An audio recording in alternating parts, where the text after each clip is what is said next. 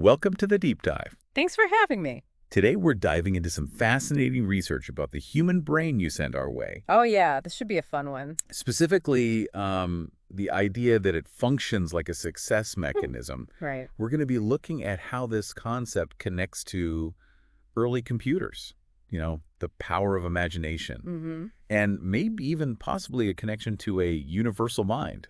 Ready to dive in? Absolutely. Let's do it. It's a fascinating area. Okay. For a long time, scientists, they were really puzzled by how the brain actually generated purposeful actions. It wasn't until we started building our own thinking machines, those early computers, that things started to click into place. So you're saying that our attempts at artificial intelligence helped us understand our own intelligence? Yeah. That's kind of ironic, isn't it? Yeah, it is. Cybernetics pioneers like Dr. Norbert Wiener, they started to see parallels between the way electronic brains and human brains might be working. He proposed that the human brain, it operates much like a servo mechanism, constantly striving towards goals. Hold on. So if our brains are like servo mechanisms, does that mean we're basically just robots? Right. Where does free will fit into all of this? Yeah, that's a question that comes up a lot. The field of psychocybernetics really explores this very idea. Okay. It suggests that we have this incredible internal mechanism, but we're not, slaves to it. We still get to choose our goals, our aspirations, all that. Okay, that makes sense. Yeah. But every living thing is driven towards goals in some way. Right. How is the human success mechanism, how is that different from, say, a squirrel burying nuts for the winter? That's a great point, and it really highlights what makes us unique, right? Yeah. Every living thing has like a built-in guidance system that's geared towards the big overarching goal of living. For simpler organisms, this mostly revolves around survival and procreation. Okay. Think of, squirrels storing nuts or a bird migrating south. Those are preset goals, ingrained in their biology. So for them, it's less about conscious choice and more about instinct. Exactly. Okay. They're success mechanisms on autopilot. Yeah. But humans, we have this incredible ability called creative imagination. We're not limited to fulfilling those basic needs. We can dream, we can aspire, we can set goals that go way beyond mere survival. So while a squirrel might only be able to imagine, as far as the next nut, Right. humans can imagine sending a rocket to the moon. Yeah, It sounds like our success mechanism comes with a serious upgrade. it really does, yeah. And history is full of individuals who really understood this power. Napoleon famously said, "Imagination rules the world." That's a pretty bold statement. But I mean, when you think about it, he kind of has a point. Right. Everything we create starts as a thought, an image, in the mind. Exactly. We're not just reacting to our environment, we're actively shaping it with our imagination. It's like our imagination is the operator of our success mechanism, kind of steering it towards whatever we choose to focus on. That's pretty powerful. This is starting to make me think about my own goals in a whole new light. Knowing how this mechanism works, I mean, is there anything we can do to make it work for us rather than against us? Absolutely. That's where psychocybernetics gets really, really interesting. It delves into the nitty-gritty of how our brain and nervous system work as this, sophisticated servo mechanism. So like a self-guided missile, are we constantly taking in information, making course corrections, steering towards our target? You got it. And there's two main types of servo mechanisms. In the first type, the goal is already known, and the objective is simply to reach it. Okay. Like that self-guided torpedo you mentioned, its only job is to hit the target. Right. What about the second type? Well, with the second type, the goal is unknown. The objective is to discover it. So think about searching for your keys in a dark room, right? You know they're in there somewhere, but you need to scan around until you find them. So in that case, our brains are more like detectives, sifting through clues to find the answer. Exactly. Our brains are incredibly versatile. We can use them to reach those known goals. Right. Like mastering a new skill or to discover those unknown ones, like figuring out a complex problem or coming up with some creative solution. This is all so fascinating. But how does this internal success mechanism actually work? On like a practical level? Yeah. How does it go from thought to action? That's where the concept of feedback comes into play.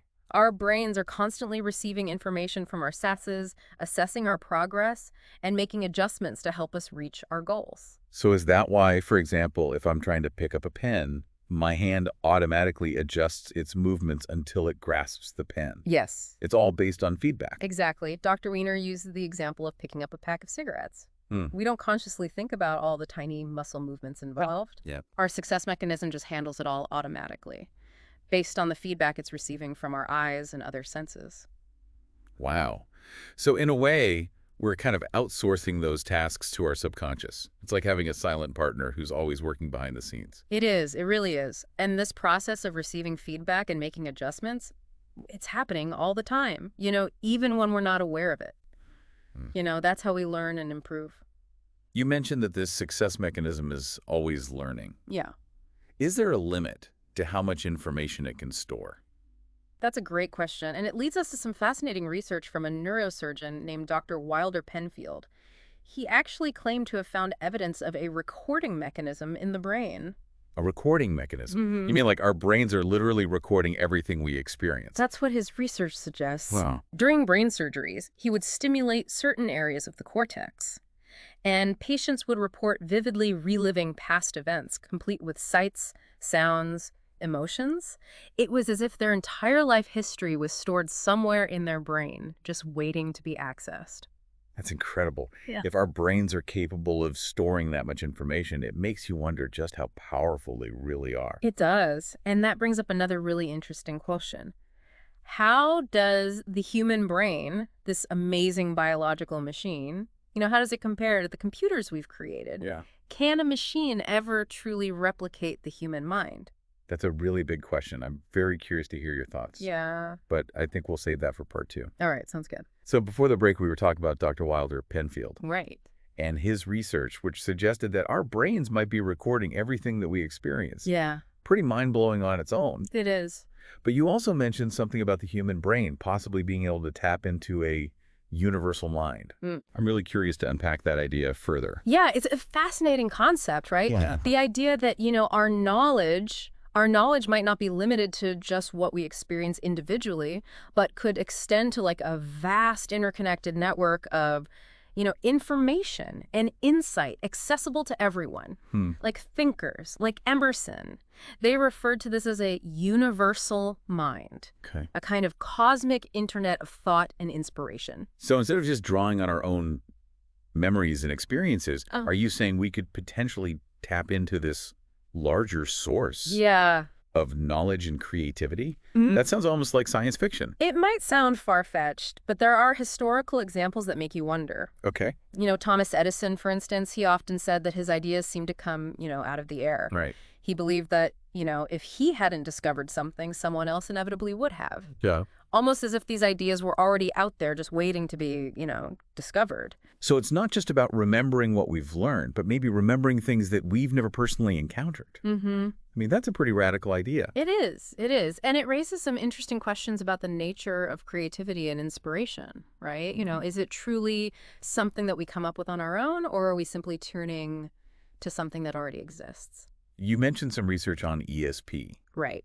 which seems to support this idea of accessing information beyond our personal experiences. Yeah, I have to admit I'm a bit skeptical. sure. Is there any real scientific evidence to back that up? Well, the research might surprise you. Okay. Dr. J.B. Ryan, who led the parapsychology lab at Duke University, Mm-hmm. he conducted rigorous scientific experiments Okay. exploring phenomena like telepathy and clairvoyance. Wait, are you saying that ESP is a real thing?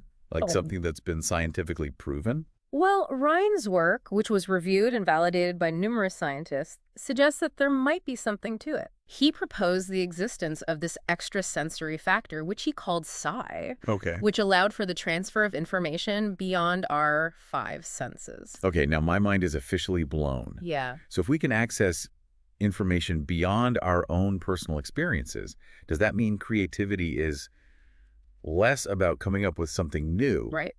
and more about like tapping into this universal mind? It's an intriguing possibility. Yeah. Think about the process of searching for a lost memory. Great. We know it's in there somewhere, right? Right. And our brain kind of scans through our mental files until it finds a match. So maybe finding a new idea is similar. Instead of searching our individual memories, We're scanning this larger field of information, this Yeah. universal mind, Right. until we find an idea that resonates with our current needs and goals. That's a compelling parallel, and it kind of echoes the experiences of many creative individuals throughout history, like the composer Franz Schubert, for example. He described his creative process as remembering melodies that he had never actually heard before, as if he was tapping into like a pre-existing library of musical ideas. This universal mind Yeah, concept is yeah. really stretching my imagination. But if all these answers and ideas are out there, why don't we have access to them all the time? Right. Why do we struggle to find solutions or come up with new ideas? That's where creative imagination and focused intention come into play. Okay. It's not enough to just passively wait for inspiration to strike. Right. We need to actively engage with the problem, focus our desire on finding that solution. So it's like searching for a specific book in a vast library. Yeah, We need to know what we're looking for and then actively seek it out. exactly. Dr. Wiener put it this way. He said, the moment one has decided that a certain answer is possible, one is already halfway to the solution. That belief, that focused intention, it really activates our success mechanism, and sets the wheels in motion, so to speak. So it's not just about wishful thinking. It's about believing that a solution exists, which then triggers our brain to find it. And that solution might be found within our own memories, or perhaps even in this universal mind. Precisely. And there's a fascinating story about the paleontologist Louis Agassiz Okay. that illustrates this point perfectly. He was working on reconstructing a fossilized fish, but he was missing some really crucial details. Okay. He got so frustrated that he just set the project aside. Okay. And then one night, He had a dream. no, And in the dream, he saw the missing pieces of the puzzle. A classic aha moment. you got it. Yeah. He had this vivid dream where the fish appeared complete, Wow. revealing all those missing features.